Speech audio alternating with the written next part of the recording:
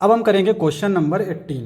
यहाँ पे ये जो दे रखा है ऊपर, अगर हम इसको मल्टीप्लाई करें तो एक्स की पावर 4 हो जाएगा, और नीचे अगर हम इसको मल्टीप्लाई करें तब भी एक्स की पावर 4 हो जाएगा। और हमने बताया था कि अगर डिन्यूमरेटर में पॉलिनोमियल की डिग्री और न्यूमरेटर में अगर पॉलिनोमियल की डिग्री बराबर हो या इसकी डिग्री ज़्यादा हो तो हम डिवाइड करेंगे। डिवाइड करने के बाद उसको पार्शियल फ्रैक्शन में लिखेंगे। ठीक है, अब यहाँ पे एक्स स्क्वायर है। ठीक है, तो अगर इसको हम सॉल्व करना चाहें तो थोड़ा सा मुश्किल होगा, तो हम यहाँ पे एक्स स्क्वायर को टी मान लेंगे।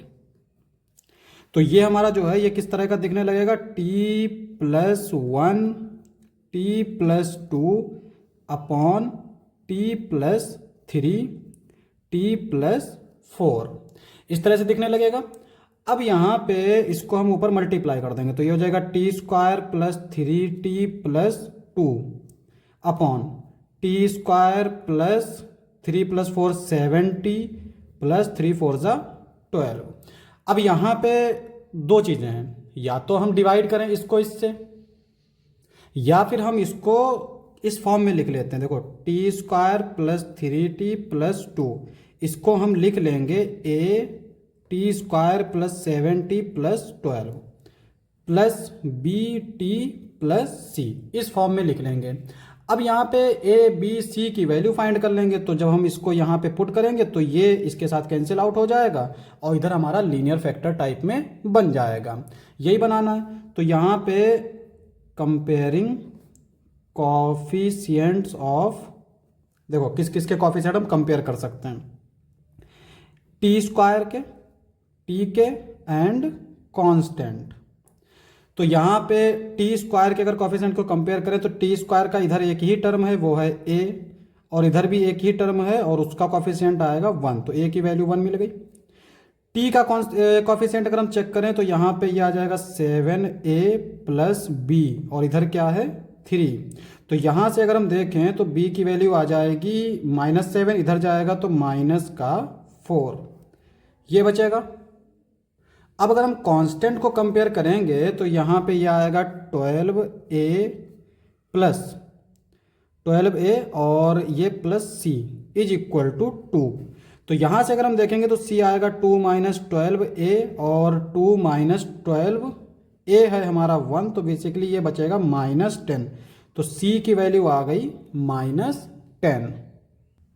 अब हम लोग ए बी सी की वैल्यू रख देंगे, तो ये बेसिकली हमारा किस तरह का हो जाएगा, इसकी जगह पर हम लोग इसको रख के ए बी सी की वैल्यू रख देंगे। तो ये आ जाएगा T square plus 7t plus 12, B की वैल्यू हो जाएगी -4t और सी की वैल्यू -10, अपॉन में आ जाएगा T square plus 7t plus 12, ये हो जाएगा 1 माइनस माइनस ले लेते हैं तो कॉमन ले लेंगे माइनस, तो यहाँ पे 40 प्लस 10 और अपॉन में आ जाएगा T square plus 7t plus 12, ये आ जाएगा। अब यहाँ पे हम लोग इसको पार्शियल फ्रैक्शन में लिख सकते हैं। देखो उससे पहले हम लोग इसको किस फॉर्म में लिख सकते हैं, जो नीचे है देखो ये हमारा इस तरह से इस तरह बना था, तो इससे हम लोग ये बना लेंगे। तो ये आ जाएगा 4t plus 10 upon T plus 3 T plus 4, ये आ जाएगा। अब यहाँ पे इसको हम लोग लिख सकते हैं 4t plus 10 upon T plus 3 T plus 4 is equal to A upon T plus 3 B upon T plus 4। ठीक है, अब यहाँ पे ए और बी की वैल्यू फाइंड कर लेंगे, तो ये हो जाएगा A T plus 4 plus B T plus 3, ये आ जाएगा। ए बी की वैल्यू निकाल लेते हैं, तो ये आ जाएगा, देखो पहले हम पुट करेंगे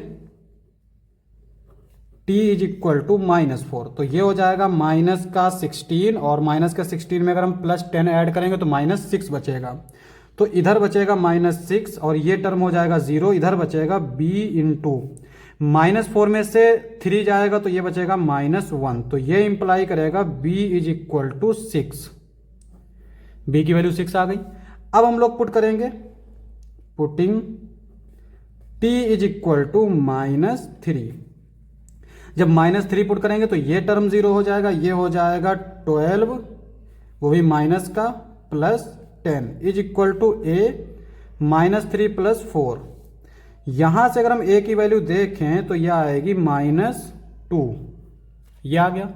ए की वैल्यू मिल गई, बी की वैल्यू मिल गई, तो ये हमारा जो है ये बेसिकली ये चीज जो है ये हमारी कैसी हो जाएगी, 1 माइनस ए है हमारा 2, तो ये हो जाएगा हमारा प्लस का 2/t+3, और ये हो जाएगा हमारा बी की वैल्यू 6, तो प्लस का, चूंकि माइनस बाहर है तो बेसिकली ये हमारा माइनस का 6/t+4 आ जाएगा। देखो क्या किया हमने, इसको यहां पे रख देंगे, माइनस चूंकि बाहर था तो इसके साथ भी माइनस आएगा, इसके साथ भी माइनस आएगा। ए की वैल्यू माइनस में ही दे रखी है तो इसलिए प्लस हो गई, बी की वैल्यू हमारी प्लस में है तो माइनस का आ गया। अब यहां पे देखो, यहां पे जो हमने माना था टी को, हमने x² को t माना था, तो t को x² रखेंगे तो यह आ जाएगा 1 + 2/x² + 3 और -6/x² + 4। तो i हमारा, i जो कि ये है, ये हमारा किसके इक्वल हो जाएगा, इंटीग्रेशन dx प्लस यह आ जाएगा 2 integration 1/x² + 3 dx -6 integration 1/x² + 4 dx, ये आ जाएगा x + 2। यहां पे देखो, इसको हम लोग लिख सकते हैं √3 का होल स्क्वायर। 1/x² + a² का इंटीग्रेशन क्या होता है, 1/a tan इनवर्स x/a, तो a है हमारा √3, तो यह आ जाएगा 1/√3 tan इनवर्स x/a यानी x/√3 -6, ये क्या आएगा, इसको हम लोग 2² लिख सकते हैं, ठीक है। तो ये आ जाएगा हमारा 1/2 tan inverse x/2 plus constant c, ये आ जाएगा x + 2/√3 tan inverse x/√3 minus 2 3 जा 6 3 tan inverse x/2 plus constant c, ये हमारा आंसर हो जाएगा।